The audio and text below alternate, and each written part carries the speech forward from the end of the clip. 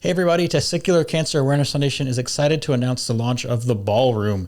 The Ballroom is a monthly virtual meeting where patients and survivors can meet and talk candidly with each other in a safe space. This is for patients and survivors only, so if you are a caregiver listening, let your loved one know to join in. Each meeting will have a testicular cancer expert guest to answer your questions live. For more information, click the link in the description and sign up to receive the monthly link. We hope to see you in the ballroom. The stories shared on It Takes Balls are unique to the individual sharing. Always speak with your trusted medical provider for treatment options specific to you. Welcome back to It Takes Balls, presented by Testicular Cancer Awareness Foundation. Today I'm joined by Aaron Bernotas. He's a pediatric anesthesiologist and a testicular cancer survivor. Aaron, thank you so much for being here. Thanks for having me. So, as I mentioned, you're a pediatric anesthesiologist. Tell me a little bit about who you are before we get into your testicular cancer story. Yeah, so I'm a pediatric anesthesiologist. I currently work at Rutgers Robert Wood Johnson in New Brunswick, New Jersey. Found out about my testicular cancer. Started out during my fellowship year. I had noticed I had a lump, and maybe TMI, but my wife and I were trying to conceive at the time. We were trying to have a kid. And I said, I felt this lump. I've been keeping an eye on it because, number one, I'm a guy and I want to think about going to the doctor or doing anything else, and a physician as well. So we're probably a double-edged sword and even worse than the normal person. So I thought I'll keep an eye on it. And she said, yeah, you need to get that taken care of. So I ended up going to my primary and saying, hey, I have this lump on my left testicle. I want to get it checked out. So I go in, and the walls on their office were completely paper thin, to the point where you can hear everything that's going on in the room next to you. So I'm just thinking to myself, this is great. I go in and he's like, oh, I'm not feeling anything. And I'm like, yeah. So I'm coaching him on where to find this lump. So it's, not the most private thing or, the greatest thing to do. So he sends me for an ultrasound. And off the bat, I knew just from, my training and my medical school and everything that it probably was a type of cancer. And I thought, trying to put it on the back burner. And he sends me for an ultrasound, gives me the list of a couple urologists. I make the ultrasound appointment, and I was planning to go on vacation, actually. So made the ultrasound, had the ultrasound done. And this is in 2021. So during my fellowship year, I'm on an off kind of rotation at an outside hospital. So trying to get vacation and trying to get time off was a little bit more difficult at the time. And I go for the ultrasound on Black Friday.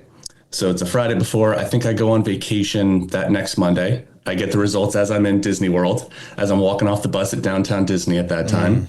And he says, hey, there's a mass there and we want you to follow up with the urologist. Okay. I'd figured as much. So I kind of spent most of the nights after we got back from the parks kind of looking through everything, looking through information, trying to find everything out. And we finally get back from vacation. I was on call the day I got back from vacation at this hospital. So about 5 a.m. in the morning till, 6, 7 o'clock at night. I go for the urologist appointment on December 9th. And meet with the urologist. He does a physical exam and he says, yeah, chances are, based off of everything, it's probably a cancer. So we want to take it out. Okay, I'd figured as much, and I thought, okay, this is what it's going to be. And I think as an anesthesiologist, okay, we have to go for pre-op testing. It's going to be probably about a week or so, maybe next week. I can hopefully try to schedule this out that I can do it on a day off. And he goes, no, we're doing it tomorrow. And I was like, oh, all right then. So I go in the day of the procedure, and it actually turned out to be my wife's birthday. So happy birthday to her that year. I go in for the procedure and I walk in, do everything. And the nurse says, okay, what are you here for? I say, I'm here for a left orchiectomy. And she goes, an you said that pretty well. I'm like, yeah, I'm an anesthesiologist. And of course, everybody in the house, in the room comes in, kind of talks to you about everything. And people change when they find out that you're in medicine. They don't necessarily explain things the same way. Go in for the procedure, and as I'm going onto the bed, obviously it's a really thin bed when you're going into these rooms. They hadn't given me anything, sedative wise at that point. And they say, okay, we need you to scoot up on the bed. So I go to scoot up on the bed and I elbow the CRNA completely in the stomach, and she doubles over because I knocked the breath out of her. I'm like, this is starting off great. So that was the initial diagnosis and kind of working through and the initial procedure. So, being in the process of TTC or trying to conceive, what did this kind of, losing your testicle, finding out you have cancer, how did that affect you and your wife in regards to that? So at the time, and we'll go through this, but pretty much everything that everybody would say, okay, there's a small risk of X, Y, or Z. I pretty much got every single one of them. So everyone said, or the original urologist said, hey, the chances of you being able to conceive, I've had people that had the surgery and, they conceived a month or two after the surgery. So you should be fine. I was like, okay, so cool. We really don't think of anything beyond that. Because we thought, hey, hopefully we've caught it, we can take care of it, and it's good, and we'll be able to have a kid. So I actually went for sperm banking the Monday or Tuesday after I had the orchiectomy, just based on the timing. Went through the procedure, waited to hear anything back from the lab, and wasn't hearing anything. So eventually I ended up calling. And I know a lot of these dates just because I feel like it kind of went on holidays or anything else. On Valentine's Day, I called them and I said, hey, it's been like a month. I haven't heard anything back. Like, what's going on? Because I was supposed to have, through our insurance and everything, free banking for a year or something like that with a doctor's note, which I had gotten. And they went, oh, they didn't tell you? And I was like, tell me what? Oh, yeah, your sample had nothing in it. So I was also at that time diagnosed with azoospermia.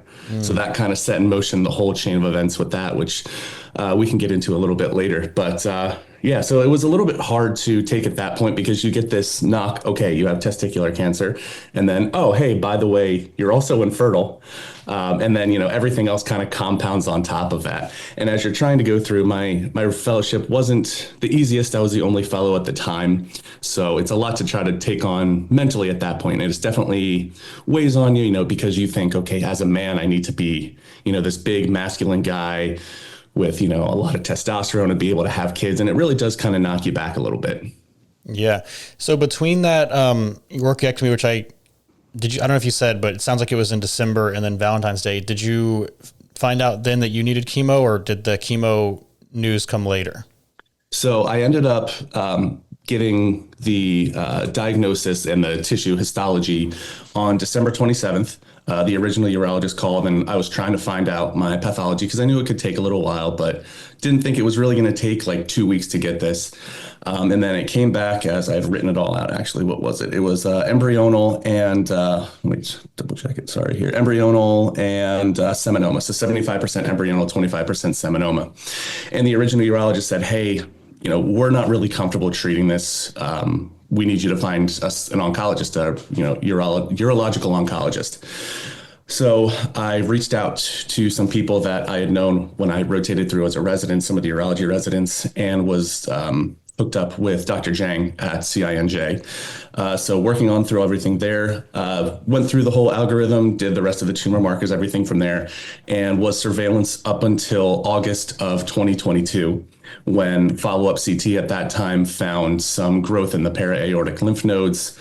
So I had finished my job, thought everything was fine, and then I was about to start my current job in September, and found out at that point was going through either the RPLND or chemo route.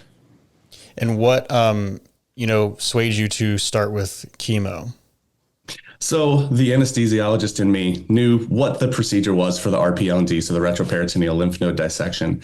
And I didn't necessarily want to go that route because I knew it was a big incision. I wanted to try to avoid surgery as much as I could, just because, it's a bigger procedure. I had also watched my mother go through chemo. So she was a breast cancer survivor and then eventually passed. So I'd seen kind of what was involved with it. But I knew that the treatment regimens for testicular cancer were a little bit more regimen and a little bit shorter, and that most of the chemos were pretty effective in treating everything, so that it hopefully could have been a short kind of contained route. And the fact that with the RPLND, they wanted to do one round of BEP anyway. So I figured if I have to do one round, I might as well try the extra rounds and go from there. So as this anesthesiologist, and we talked about this in the episode with the anesthesiologist, proper for that topic. Mm-hmm. If you have anything to add, we can add it. But sure, yeah. The bleomycin is known to have lung toxicity. Was that a concern for you at all going into chemo? It was, and it wasn't at the same time. It's kind of a cop-out answer. But I had spoken with my oncologist at the time, and she said, basically, okay, yeah, you might not be able to go scuba diving or anything like that, but there shouldn't be any long-term effects from the bleomycin. Typically, I did PFT, so pulmonary function tests, before the chemo and didn't do anything follow up. But if I'd had any issues, then I would have gone down that road, but was kind of knocking on wood that nothing would happen with the chemo itself. Do you have any lasting effects from the bleomycin? No, not necessarily that I know of. Haven't really had anything. I don't really have any shortness of breath. I've had CTs since then. So if there were any kind of fibrosis, it should have shown up, but I'm still able to exercise. Not that it would really show it, but still able to exercise and try to keep up with everything without any long-term or shortness of breath or anything like that. All right. So let's talk about your BEP times 3. Mm-hmm. What was your experience like receiving that chemo? It really compounds. So the first week or the first cycle of BEP, I was fine. I was up. I had a little coloring book that I was doing because I figured why not? I'd had it for a while. So I was sitting up, doing the coloring, talking with everybody. I actually, in the past, because of my mother, started to do chemo bags for people going through infusions. So I was giving them out while I was going through, kind of like wheeling my pole around like Santa Claus, giving out bags in the infusion center. So I was fine, no real issues. With the bleomycin, I would get some like bad fevers and like chills the nights of the infusions. So just sitting on the couch, like teeth chattering shivers. But otherwise was okay. Second cycle was a little bit worse, just more fatigue, a little bit more malaise in general. I started to get really sensitive to smells, and disgustingly enough, the smell of my own urine when I was going through chemo, just the smell because of all the chemo and everything would make me want to vomit. So every time I would try to urinate and they pump you full of fluids and it would just make me want to gag.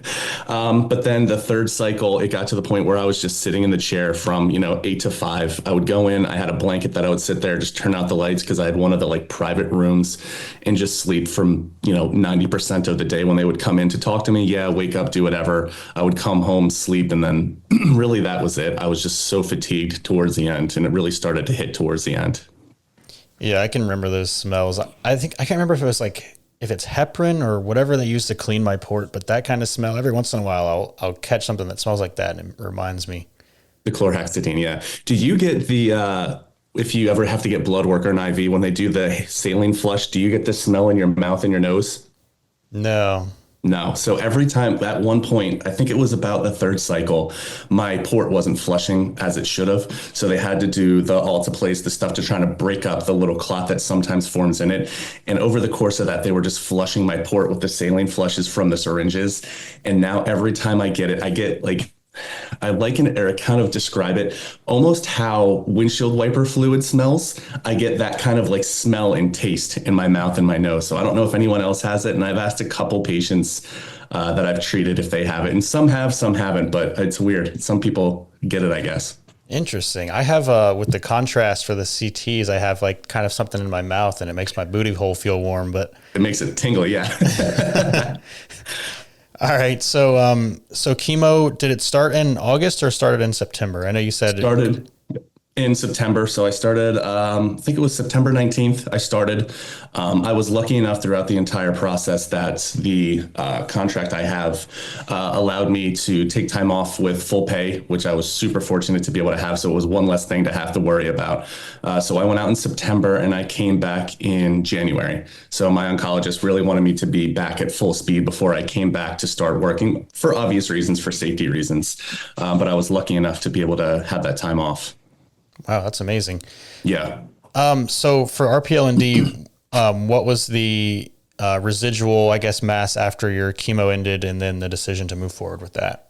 I think my initial was like 13 millimeters, something like that. So it shrunk to 11 millimeters. So if it would have been that one little extra millimeter of shrinkage, I would have been fine. Could have gone straight on to surveillance. But the fact that they were at 11 millimeters, and I think the other one was about the same, maybe 10 to 9, something like that. So it wasn't considered a full, success. We had to have the conversation of what to do next. And I spoke with Dr. Jang and we talked through everything. He did oblige me a little bit because we had done the follow-up scans literally like the week after I'd finished. And we said, like, is there any possible way that the chemo kind of continues to work? So he gave me an extra month kind of as a grace to see if there would be any residual effect from the chemo to be able to get any additional, so hopefully avoid chemo if I had to. Follow-up chemo was pretty much the same thing. So then we went down the RPLND route. And where did you end up having your RPLND at? Rutgers or? Yep. So I ended up having it at the same hospital, same place where I work, which was a little bit interesting. I was able to pick the anesthesiologist, obviously, that was doing my procedure, and everyone kind of involved with it. But it's a different situation when you're coming into the hospital to be the patient as opposed to the anesthesiologist. Were they fighting over you, or were they like, no, we don't want to mess it up on Aaron? No, it was Dr. Pantene. So he was a guy who I had trained underneath and was a bit of a mentor for everyone in the department, but was very observant, very keen, and very detail oriented, and something that every anesthesiologist kind of strives to be. And that's who I kind of had picked at that point. You mentioned earlier the way you get treated differently, being a medical professional. Did that kind of persist throughout, or once you got into chemo and RPLND, was it kind of like, I don't know, business as usual? A little bit of both. So they come in to obviously get your consent the morning of the procedure. And usually it's one of the residents or a PA who comes in to talk to you first. And the resident who came in to get my consent, I actually became pretty friendly with because she works in pediatrics at the moment. And she came in and she goes like, okay, like, the surgery? I said, yeah. She's like, do you have any questions? And I was like, no, not really. And she said like, okay, well, we have to tell you there's a risk of bleeding, infection, lymphatic leak, things like that. But, we're not really worried about those. So, if you want, sign here. Okay, cool. So that's kind of what you get. A lot of times people try to, or will tell you almost the bare minimum because they expect you to know these things. And I was talking about this with some colleagues the other day, but I let people go through their spiel and I try not to say anything. My wife is more the one who then interrupts and says, no, he's an anesthesiologist. You don't have to say this. And it's like, come on, like, I want to hear this stuff. I don't want to interrupt or, kind of break their stride. And I want to hear everything because I'm not necessarily an expert in your field. So I do want to hear these things. Yeah, for sure. My wife is a nurse and sometimes I'll offer that information and I know she probably doesn't like that either. Yeah. So yeah, go ahead. Sorry. You go ahead. Okay. So the surgery went well enough. I had no real issues. I was awake in PACU, and obviously I got a little bit of, not extra medications, but enough to make me very comfortable throughout the procedure and perioperatively. I had the surgery on a Tuesday. By Thursday, I was up and walking around after I had the Foley taken out, which was a fun experience. And then was discharged on Friday, discharged home, and everything was looking good at that point. Yeah, that sounds good. So I was surprised when we talked to the other anesthesiologists that, you always hear about BEP with anesthesia and you want to make that known. And he was like, well, yeah, you want to tell us, but we're going to do what we have to do.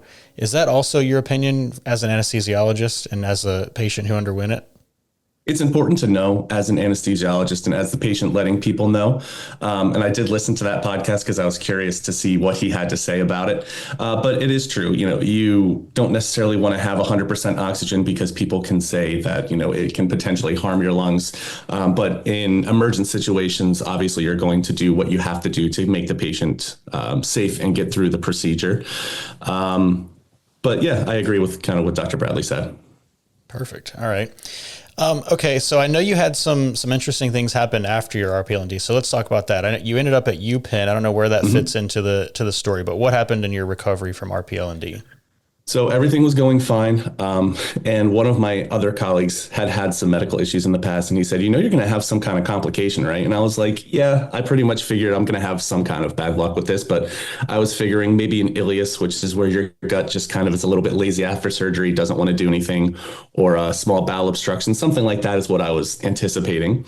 So initially they did staples for my incision. And the first part of my recovery was dealing with the incision. So I started to have a reaction to the metal in the staples. So the area around the staples was a little bit kind of indurated and red. One of them actually popped out. So that's initially why I went back to Dr. Jang.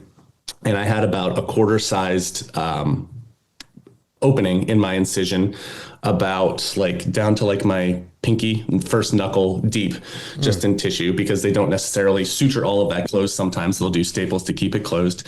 So I was doing dressing changes with that. And I was able to tolerate the low-fat diet pretty well.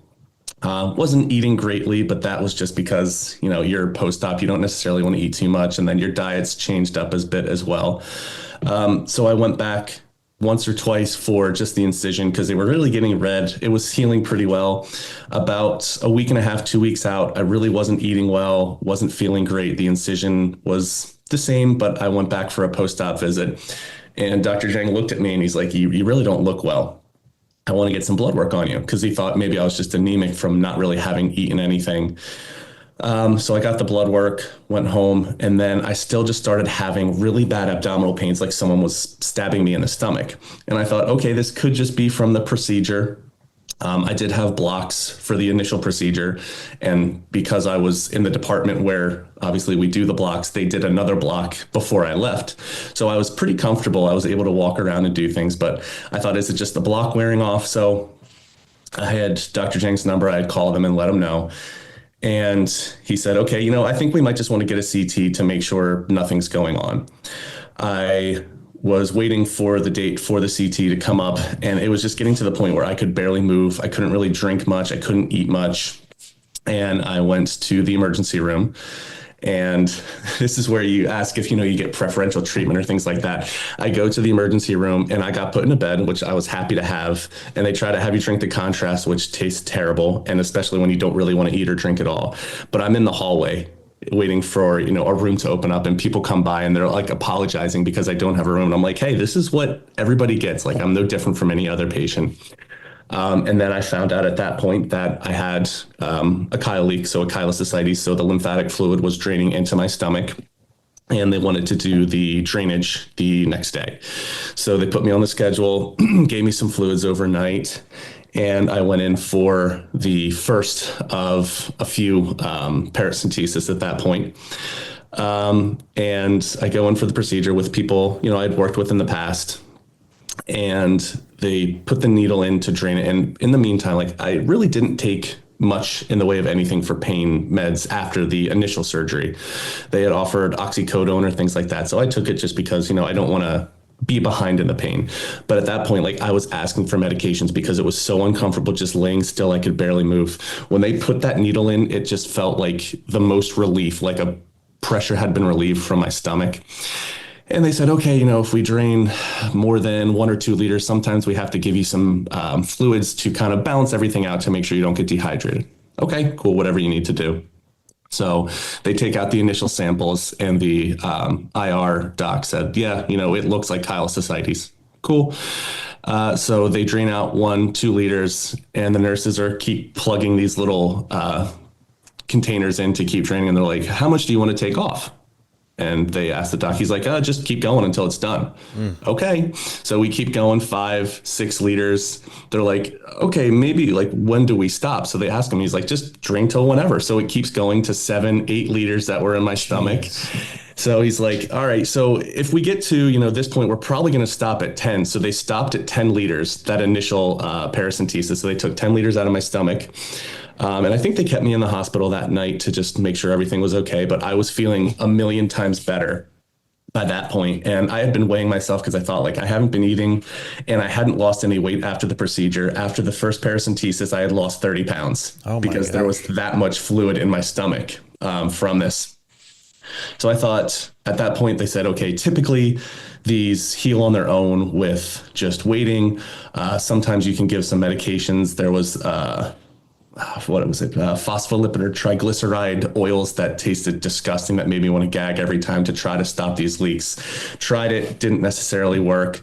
And they said, just keep going on the diet and we'll see what happens. And then I ended up coming back second time and a third time for paracentesis. And they said, okay, this isn't going to stop on its own.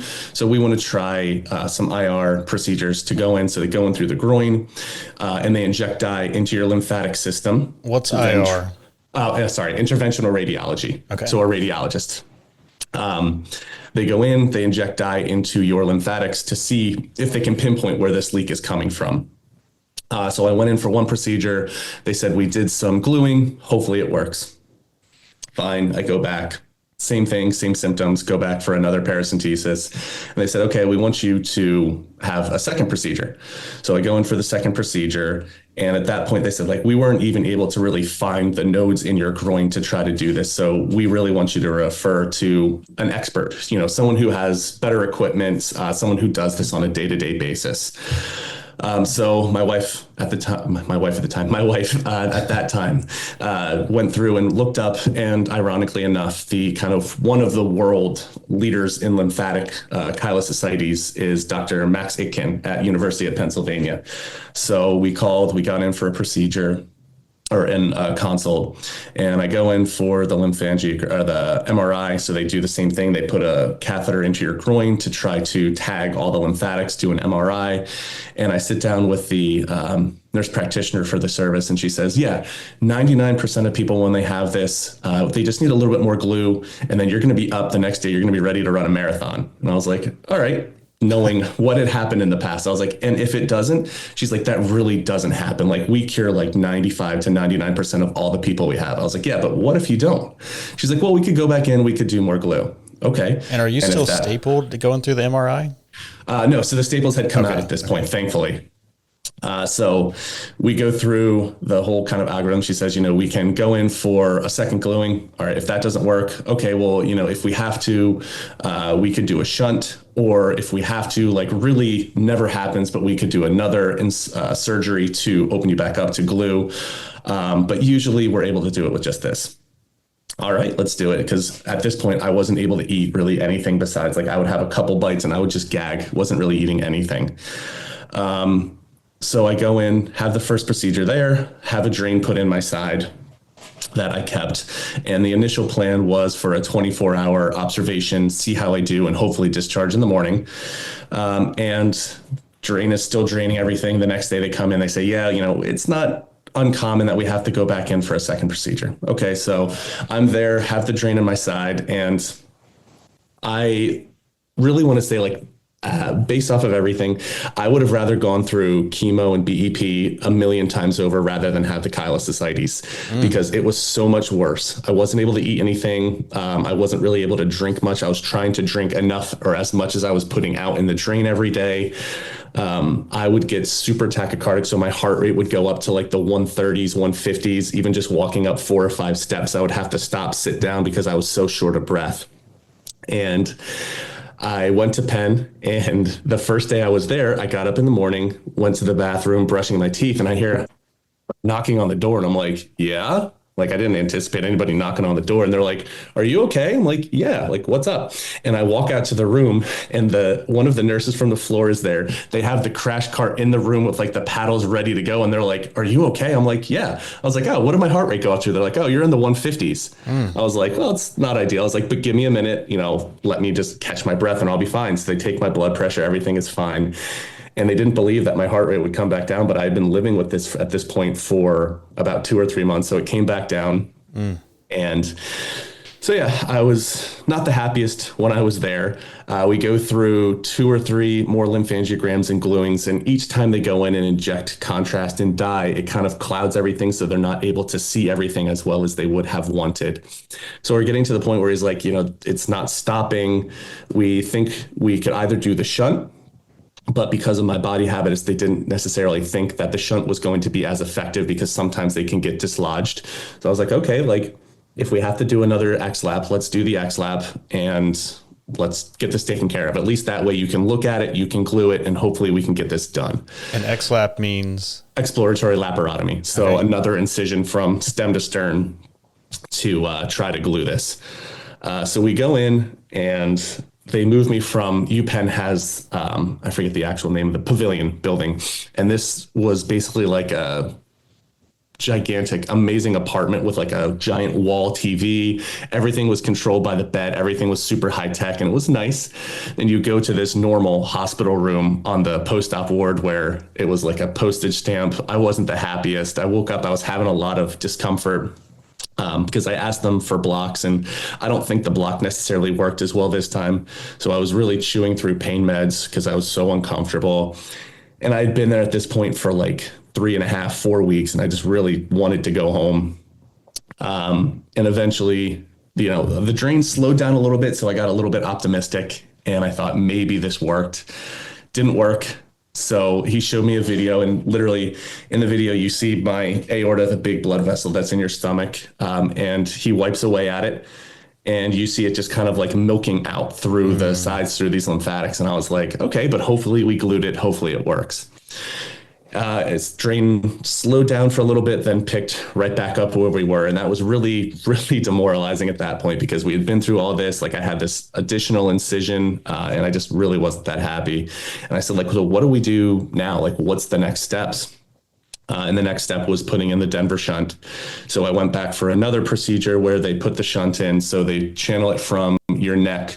They tunnel it all the way down subcutaneously. So in the side, through the skin, underneath the skin, with a little reservoir on the side against your rib. And then the rest of the drain goes down into your stomach. So everything that was pumping from your stomach, you then at night have to pump it morning and night to try to take that fluid and kind of help it move back up into your blood system. And essentially the hope is that it just kind of heals on its own.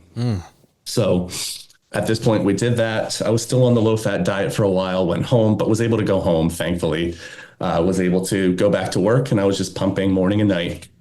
And I started to have some symptoms of like my head started to feel like congested and like really red. So I went in and got checked out, and there was a little fibrin sheath. So it's a clotting agent that your body makes essentially was starting to form on the end of this catheter.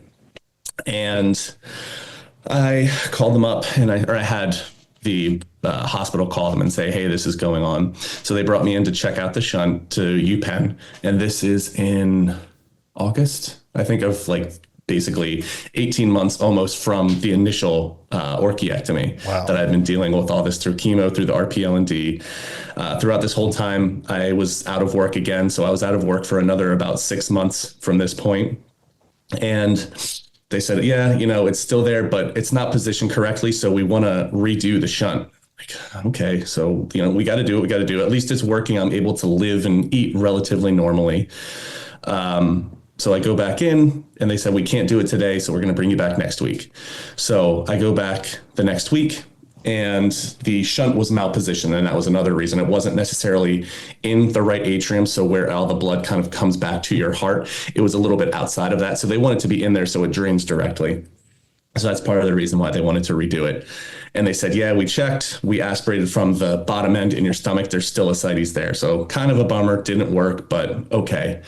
So I go in the next week. I'm laying on the table, and they gave me a little bit of medicine to help you, you know, relax, sleep a little bit.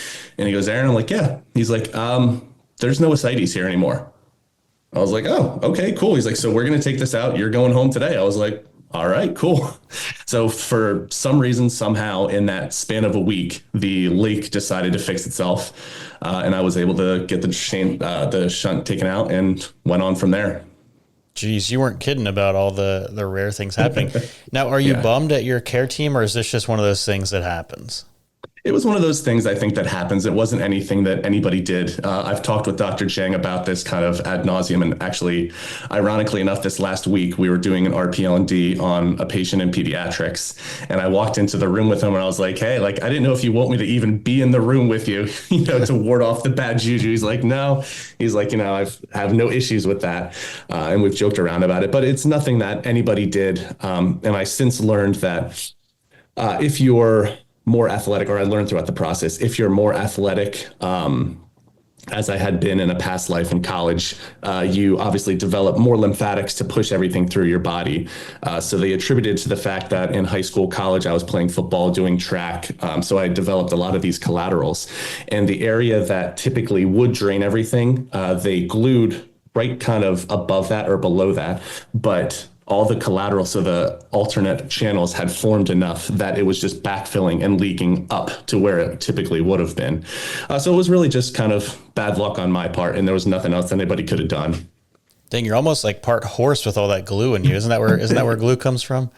Yeah, that's what I think so. That's what I've heard. So, okay, you mentioned you did an RPLND on a pediatric patient. Do you see testicular cancer often in pediatrics? I haven't seen that many. This last case, this last week, was a kid who had cancer that it was a rhabdomyosarcoma, but it's not something we see that often, but obviously something we do see relatively often. All right. Or So the not, RPLND not is uncommon, but not rare. Yeah. It's not a procedure that we do very often in pediatrics, but in adults, I've done a couple for other people that are in their 20s and 30s. Gotcha. All right. So let's talk about the infertility now. When you went into your RPLND, having the diagnosis of azoospermia, were you worried at all about the, nerve sparing, or were you kind of just like, it's already not coming out, so I don't care? Or what was that like? So once I found out, I have a kind of sick sense of humor. I basically said that, the equipment down there was kind of like in the cartoons where in like Bugs Bunny, where they pull the 6-shooter and it comes out and goes bang with the little flag. So I figured it was just decorative at that point. So I wasn't too concerned. But obviously it's in the back of your mind. And we had gone through the whole process of doing a micro-TESE, so a testicular extraction of sperm, in July of the year before. So my wife and I had to eventually go through IVF. At that point, we were able to get 30 sperm from the remaining testicle, and they weren't too hopeful that there was much left there, but we're still working on that. So at this point, we had gone through, excuse me, one round of retrievals and hopeful implantations with my wife, but we didn't have any embryos that made it to like the embryo stage. So actually on my first day of chemo, we had gotten the news the week before that we were going to go through the second cycle, but insurance wouldn't pay for it unless we had gone through and done a sperm donor. So my first day of chemotherapy, I'm sitting there scrolling on my iPad, looking through sperm banks of, other guys to try to pick out a sperm donor. And so I wasn't too worried about it because I knew at that point we did have some embryos, and we ended up getting 4 embryos at that time that made it to like the embryo blast stage. And then 2 that had made it through completely to where they were okay through the genetic testing. So one of mine that ended up being my daughter, and then 1 with the sperm donor. So at that point, we knew we had 2 embryos kind of on ice, ready to go. So it was in the back of my mind, but at the same time, it wasn't the biggest concern for me at the time. So you had an embryo with the sperm donor and then yours, and then, so one of them you ended up moving forward with, or do you have both? Yes. Yep, we have both. One is still frozen, and then 1 ended up becoming my daughter. Interesting. I wonder why they wanted you to have a sperm donor before. Because they had gone through 1 cycle with my sperm, and obviously it wasn't successful. Okay. So the insurance policy at that point was to have a donor or something to make sure that the eggs that they got from my wife weren't going to go to waste. So they wanted a donor. So they used up all of the sperm that they could of mine, and then basically whatever was left over, then they used the sperm donor. Gotcha. All right.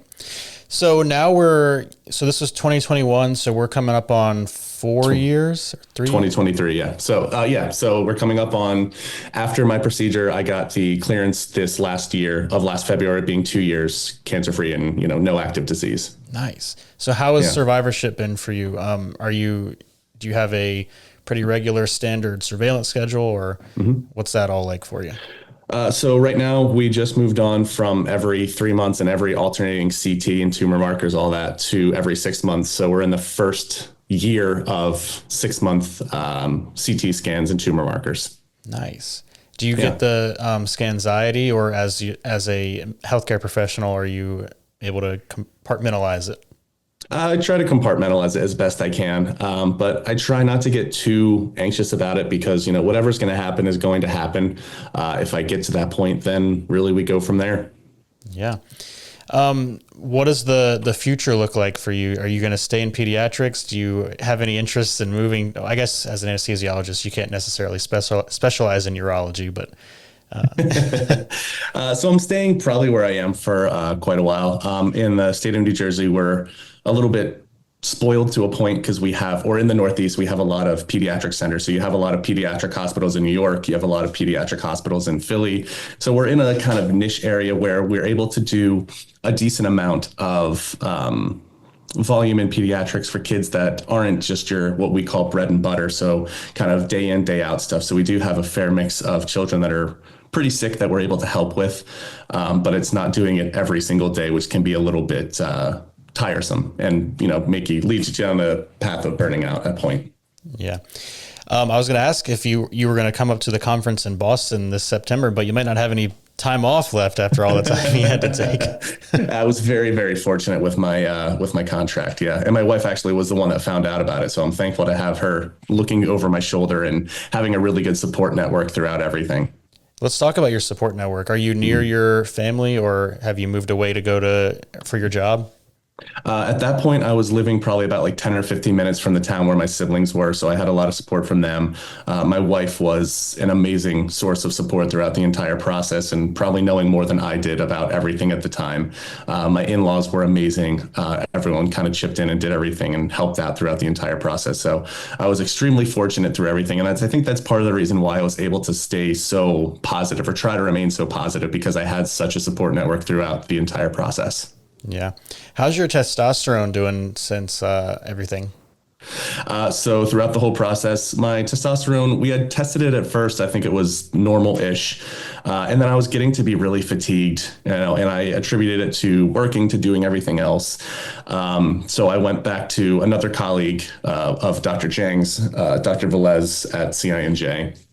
And we, went through everything, to do the testing, and normal testosterone's in like the 400 to like 900 range, and mine came back at 13. So I was like, okay, and that was one of the things in the beginning. There was the triad, there was the testosterone, there was the infertility, and the cancer itself, and basically hit the entire triad there. So I thought like, okay, so I went up at that time going on injections every 2 weeks. So I was on the injections for a while, and just recently changed to the nasal testosterone gel, which is a little bit more of a pain, just because you have to carry it with you and do the injections 3 times a day. But the hope is to try to see if this type of testosterone, which can somewhat mimic the normal fluctuations and physiologic ways that your testosterone is made as your body, to try to see if we can make more to hopefully do maybe another micro-TESE or something else in the future. Yeah, and I guess as long as you don't sneeze on your daughter, there's probably no risk of transference. Exactly, yeah. Yeah. What advice do you have for guys who are going through this? Take it day by day. That's really what I try to do. Try to keep upbeat about it. I know it sucks to get a cancer diagnosis, obviously. But everybody throughout the whole process, and it's a bit of a double-edged sword and a backhanded compliment, but everybody says, oh, you're lucky that this is the cancer that you get. And it's like, yeah, if I were lucky, I wouldn't have had the cancer to start with. But you are relatively fortunate that most of the testicular cancers are pretty, treatable with chemotherapy, so that it is pretty treatable. And even if it's metastatic, there's still light at the end of the tunnel that most of the time you're able to take care of it. And a lot of the times, unless you're me, you don't have a lot of the side effects and all the things that can go wrong. And look, you're doing well even after all that. Right. So if you have to go through that, you can be like Aaron and still be happy and healthy. Exactly. Is there anything else that you want to talk about that we didn't already? No, not particular, unless you had any other questions about like anesthesia or anything else. Well, in regards to that, was there anything that we missed in that episode with Dr. Bradley that, from a testicular cancer patient standpoint, that you would find good information? He went over all of the kind of general things about anesthesia, which was great. The one thing that, at least at our institution, that we're doing more and more of is a different type of block called an ESP block, so erector spinae plane block. So it's an ejection in your back that helps to decrease some of the postoperative pain that you might have. So it's just another option to ask your anesthesiologist and see if they can do any kind of regional anesthesia or any blocks to help decrease your postoperative discomfort. We use it for a whole range of cases. So pretty much any abdominal exploratory laparotomy or incision in the stomach to cardiac cases. So we have patients that are having open heart surgery where we go in, crack the chest. When I was there before we started doing these blocks, these patients were sedated for a day or two because of the discomfort that they might have. But because of these blocks, we're able to extubate them on the same day after they have the procedure. And they're up and walking around and a lot more comfortable. So it's definitely something to ask about to see if that's a block that they offer or any other kind of blocks to help decrease and hopefully get you up and moving sooner. Nice. So a patient should ask for an ESP and their anesthesiologist would know what that means? They should. Okay. Otherwise, if they don't, obviously, if it's not something they do all day or day in and day out, then they might not necessarily want to try it on you for the first time. But if it's something that they offer, I think it could be a good adjunct for their pain control regimen. Awesome. Aaron, where can people find you if they have any more questions about your story? I'm on Facebook. It's just my name, Aaron Bernotas. Instagram is just my same last name, Bernotas64. So either one of those, if anybody wants to send a message, I'm always an open book about my entire process and willing to answer any questions. Sweet. Thank you so much. Thank you. For more information and resources for your testicular cancer journey, visit testicularcancerawarenessfoundation.org.